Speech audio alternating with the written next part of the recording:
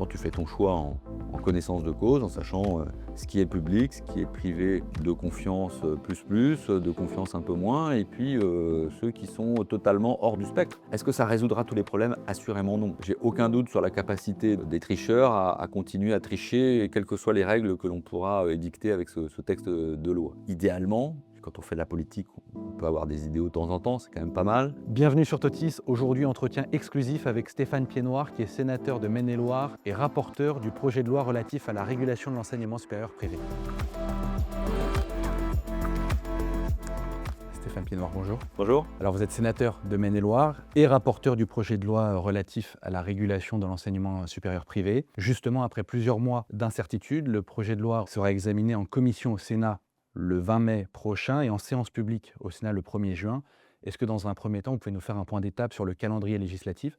Est-ce que oui ou non, ce projet de loi va voir le jour? Et si oui, quand peut-on espérer voir sa mise en place? Alors oui, la réponse d'abord pour la partie Sénat, aujourd'hui, c'est une réponse affirmative, puisque l'examen en commission est acté pour le 20 mai, l'examen en séance le 1er juin. On a un petit peu poussé pour que cet examen ait lieu, assez rapidement. Je vous rappelle que c'était un texte qui a été, examiné en conseil des ministres en juillet 2025, donc il y a presque un an, pas tout à fait. À partir du moment où les différents ministres successifs étaient d'accord sur la nécessité d'avoir ce texte de régulation de l'enseignement supérieur privé, il quand même nous semblait important d'avoir cette concrétisation à travers, cet acte législatif donc qui interviendra au Sénat. Donc nous, les choses sont, ancrées maintenant dans l'agenda, sénatorial. Il restera évidemment, l'autre partie du Parlement, qui n'est, selon les avis, pas forcément la moindre, et donc une inscription à l'Assemblée nationale sur laquelle évidemment je ne peux pas me prononcer. Il y a un enjeu puisque, s'agissant d'un texte qui traite du scolaire ou de l'enseignement supérieur, il y a un agenda, scolaire, universitaire qui va avec. Ce que je veux dire, c'est que autant, certains textes, le choix du mois de l'examen n'a pas beaucoup d'importance. Pour un texte, scolaire ou universitaire, évidemment, il y a un impact. C'est-à-dire qu'on peut tout de suite, sauter une rentrée, et donc on sait très bien que si on ne fait pas les choses avant l'automne de cette année, concrètement, on n'aura pas l'inscription, pour la rentrée 2027 parce que, comment dire, l'instruction Parcoursup n'aura pas été, effective à temps, et donc, on n'aura pas tous les éléments sur Parcoursup. Voilà, donc c'est pour ça que c'était important d'accélérer et d'avoir cette, concrétisation, au printemps, début de l'été pour le Sénat, et on continuera évidemment à pousser pour que ce soit inscrit, le plus rapidement possible à l'Assemblée. Donc c'est encore possible que cette loi soit opérationnelle pour Parcoursup 2027, ça veut dire janvier 2027, ou il y a vraiment peu de chance à date? C'est contraint, ça dépend aussi des priorités du gouvernement. On a vu que sur ce cas de figure-là, encore une fois, les ministres successifs étaient d'accord et que, il n'y a pas eu de précipitation, c'est le moins qu'on puisse dire, à inscrire ce texte. D'autres textes, jugés plus prioritaires sont passés avant au Sénat. Moi, je considère qu'il faut s'occuper de ce sujet. Si tout le monde a identifié, un certain nombre de problèmes liés à l'enseignement supérieur privé dérégulé, il faut s'en occuper, et comme il y a un agenda, scolaire, universitaire qui doit être tenu, il faut que ça se fasse assez rapidement. Maintenant, vous connaissez la situation à l'Assemblée nationale et les consensus qu'il est possible de rassembler ou pas, dans cette partie du Parlement. Le cœur du dispositif de ce projet de loi, c'est ces 2 nouveaux cercles de reconnaissance. D'une part, le partenariat pour les établissements publics, privés d'intérêt général et les écoles consulaires, et l'agrément pour les établissements privés dits lucratifs. Est-ce que vous pouvez nous rappeler la philosophie de cette différenciation? Ce qui importe, à la fois l'exécutif, et je pense qu'au Sénat, en tout cas, on aura vraiment un consensus sur ce point, c'est d'apporter de la clarté, de la visibilité aux lycéens, puisque ceux qui découvrent l'enseignement supérieur, ont, environ 17 ans à ce moment-là, donc il faut, et aux familles, je pense aux familles également. Donc, il faut que tout le monde sache, qui fait quoi.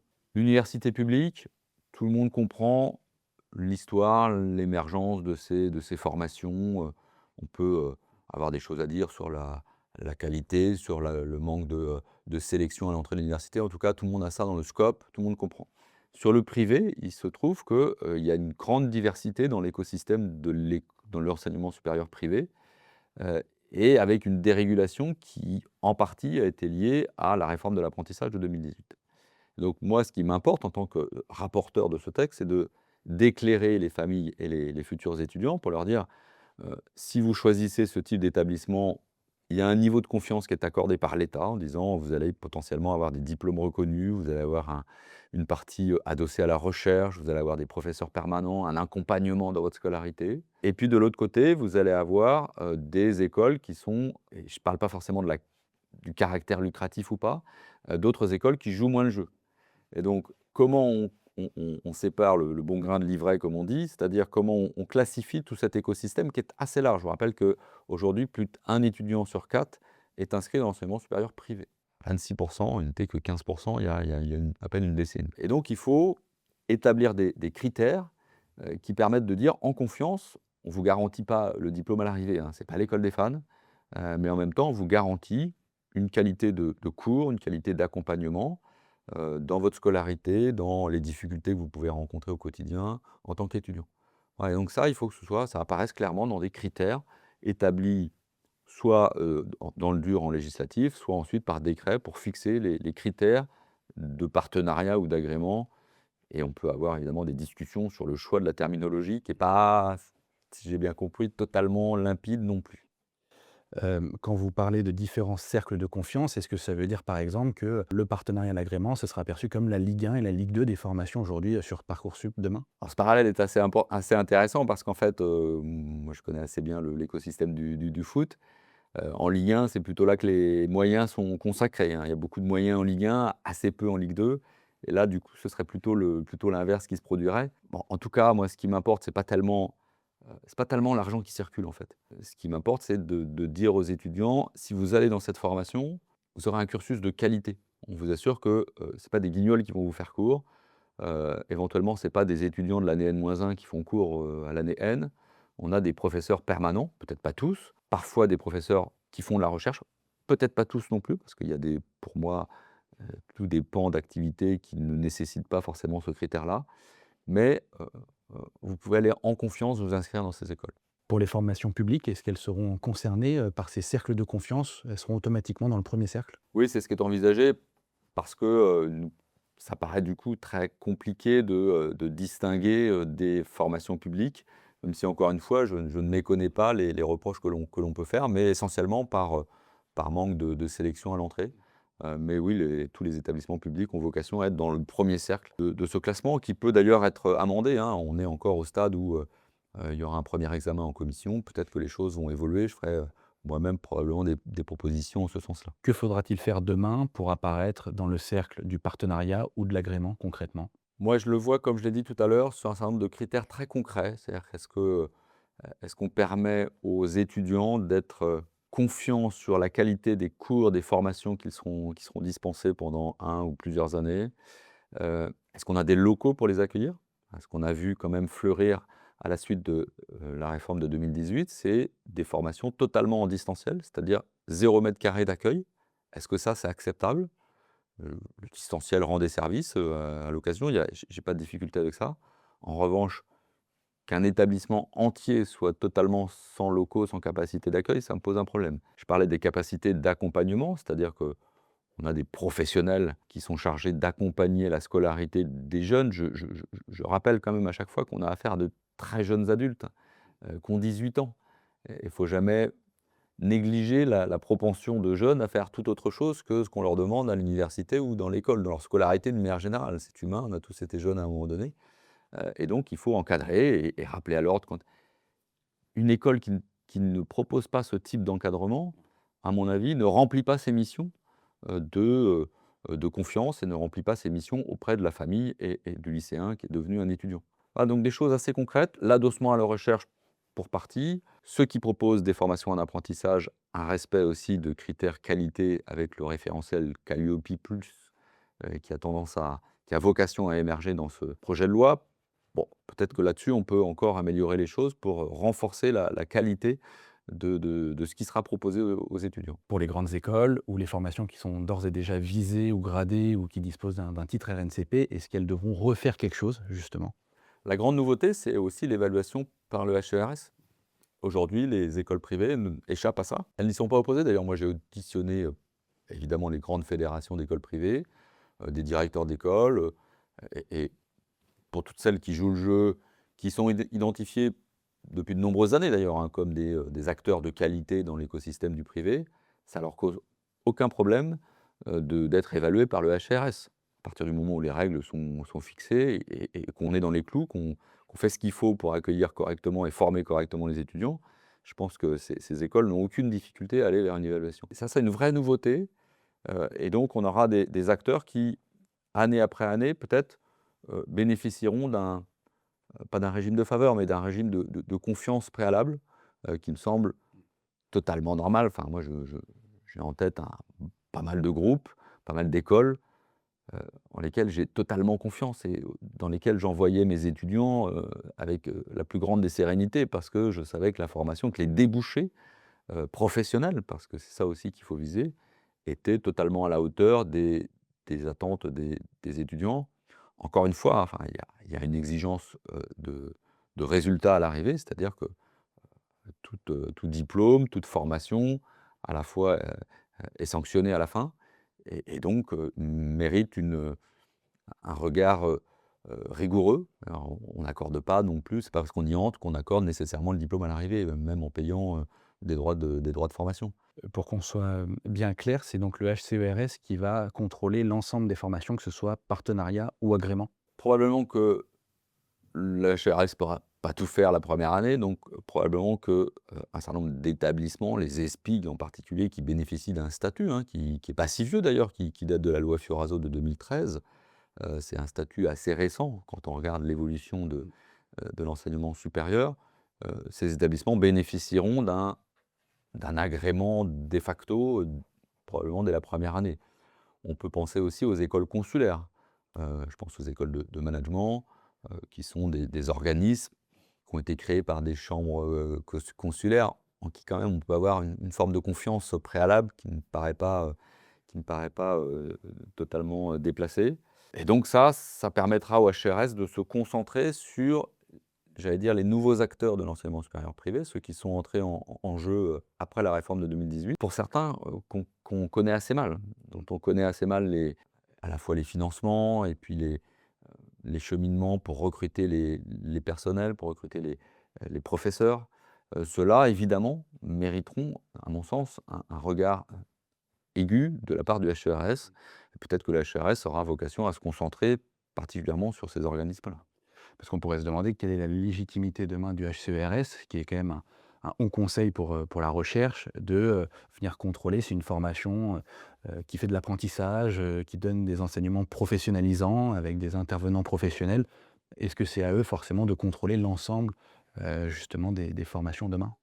Recherche et enseignement supérieur pour le HCRS.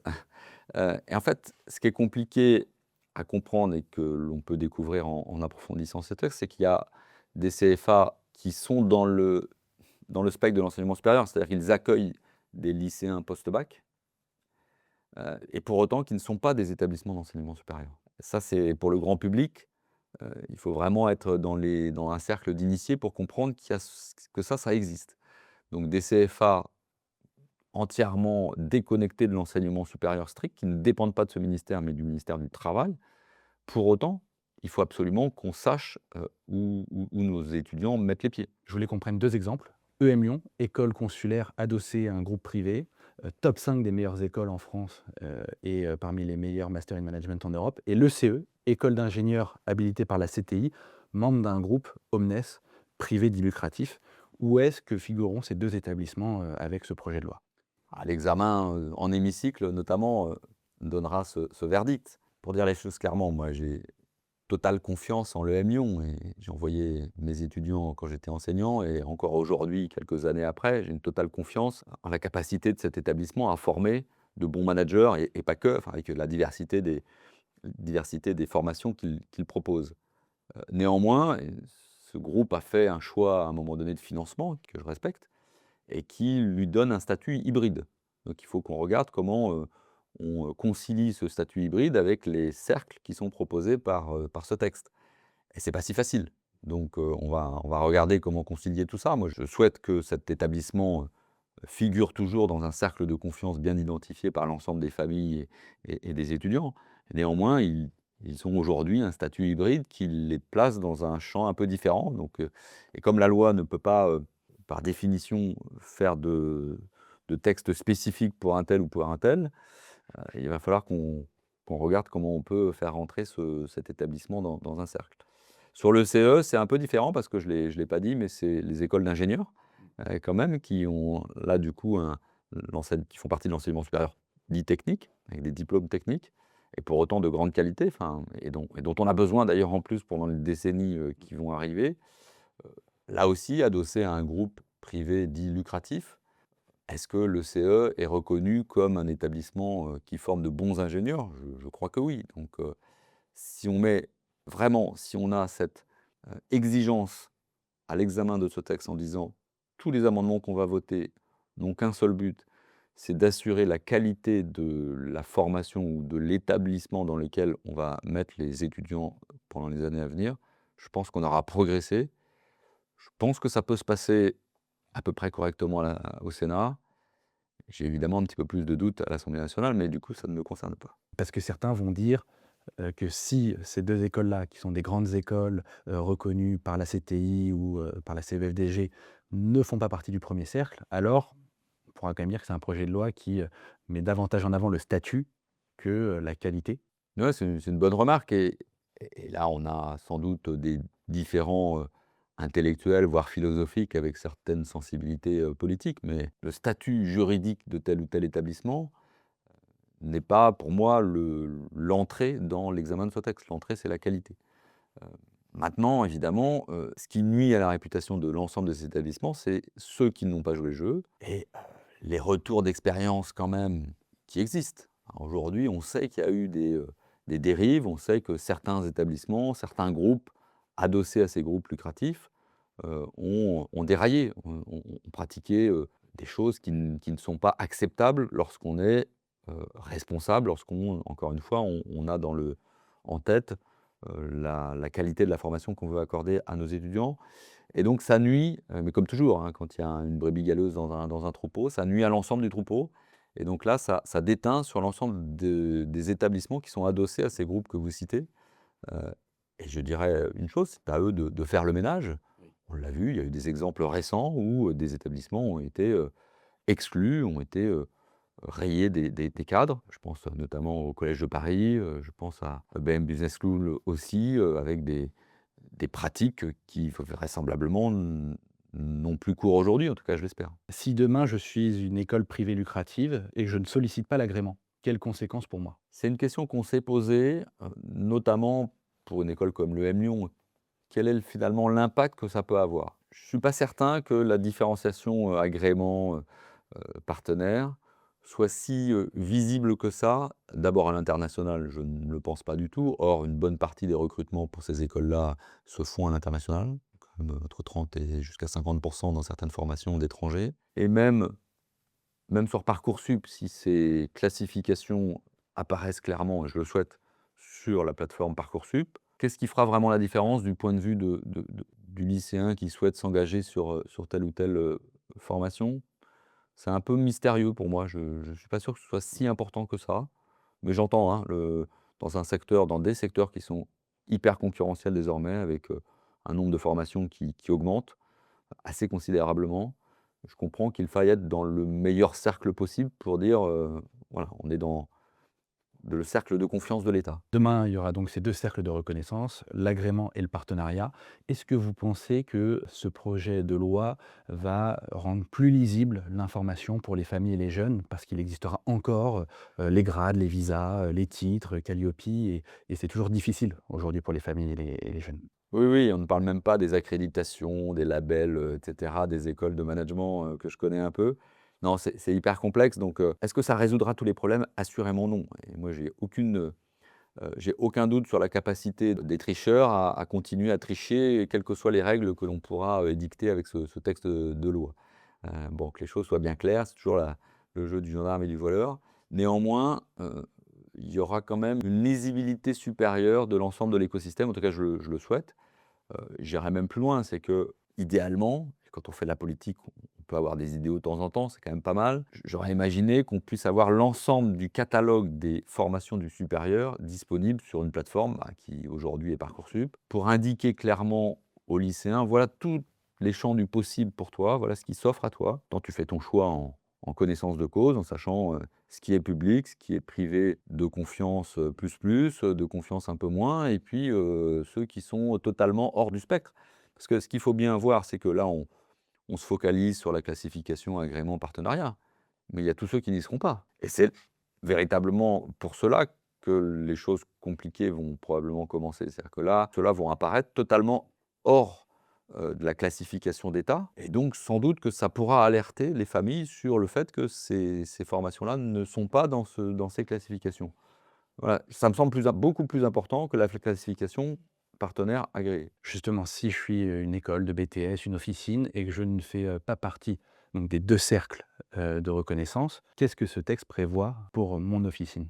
Bah, pas grand-chose, c'est-à-dire pas de reconnaissance, donc pas de visibilité pour les familles et probablement une perte de vitesse assez considérable.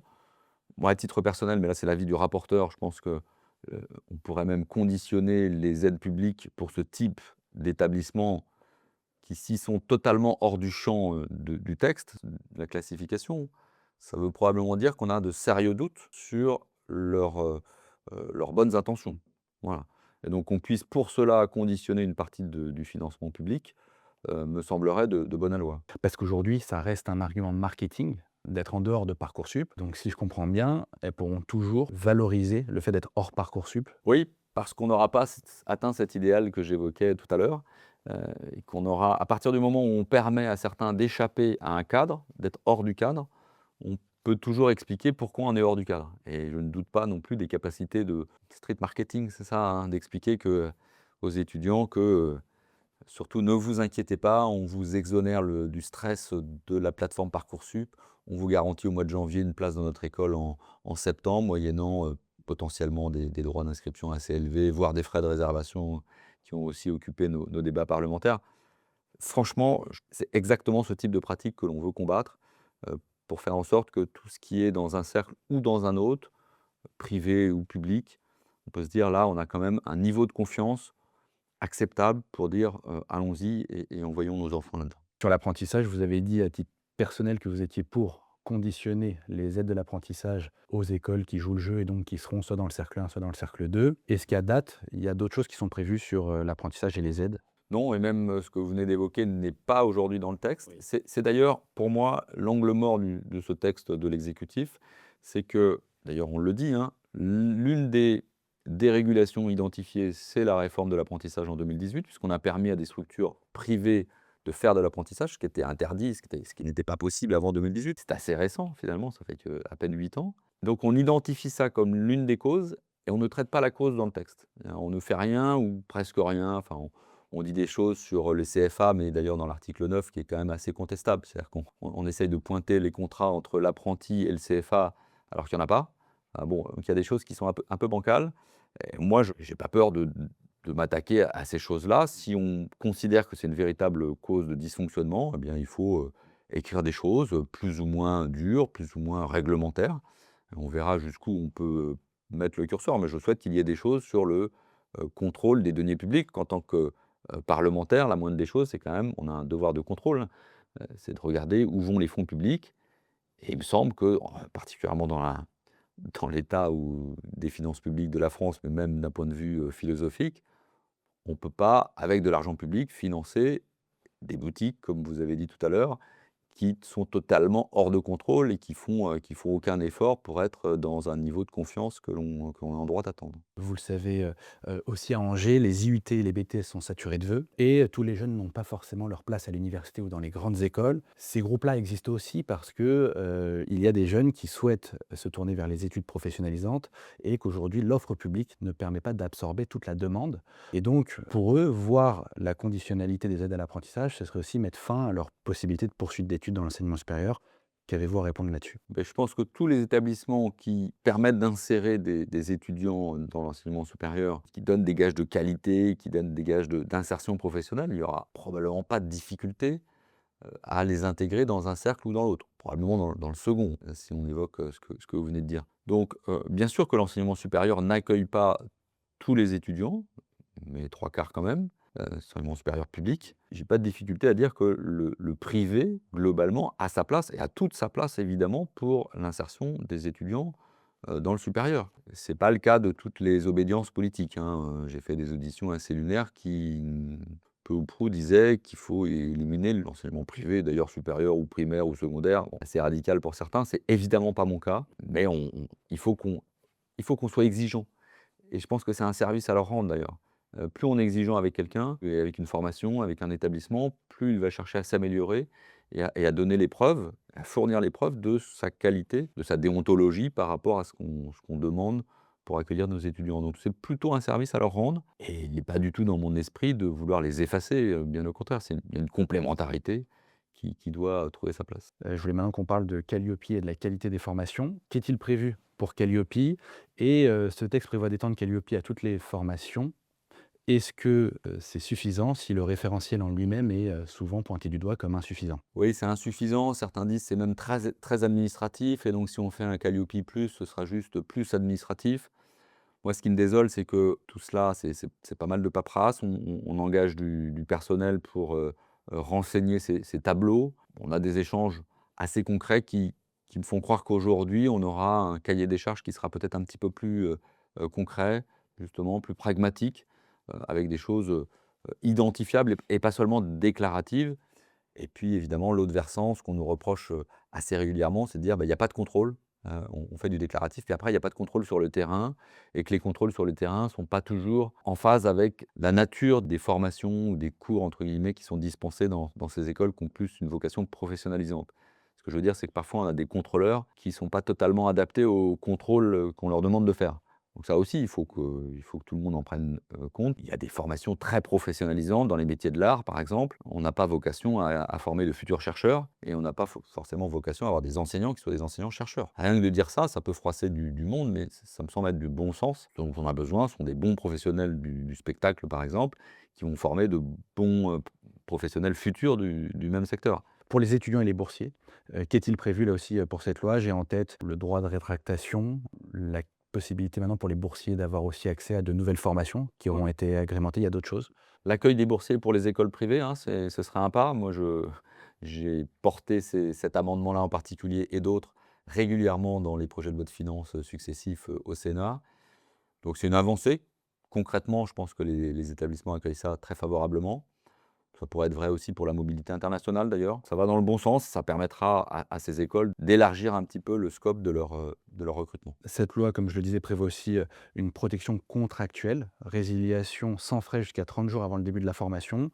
Alors là, on a déjà des directrices, directeurs, qui nous disent: «Bah, si on peut jusqu'à la mi-août se désengager, 1 mois, près de la rentrée, pour partir vers une autre formation, est-ce que ça va pas créer un effet, boule de neige?» Oui, l'effet est probablement pas massif, c'est-à-dire qu'il n'y a pas de démission en cascade, à attendre au courant du mois d'août. Bon, on a eu ce débat lors de l'examen au Sénat de la proposition de loi de mon collègue Chantrel, qui faisait débat, hein, qui proposait d'ailleurs, quasiment jusqu'au dernier moment, même un mois après le début des formations, de pouvoir se désister, en considérant que c'est à ce moment-là qu'on se rend compte vraiment de la qualité de l'accueil, des bâtiments qui sont au niveau et cetera. Moi, je considère qu'il y a aussi un équilibre financier pour ces écoles-là.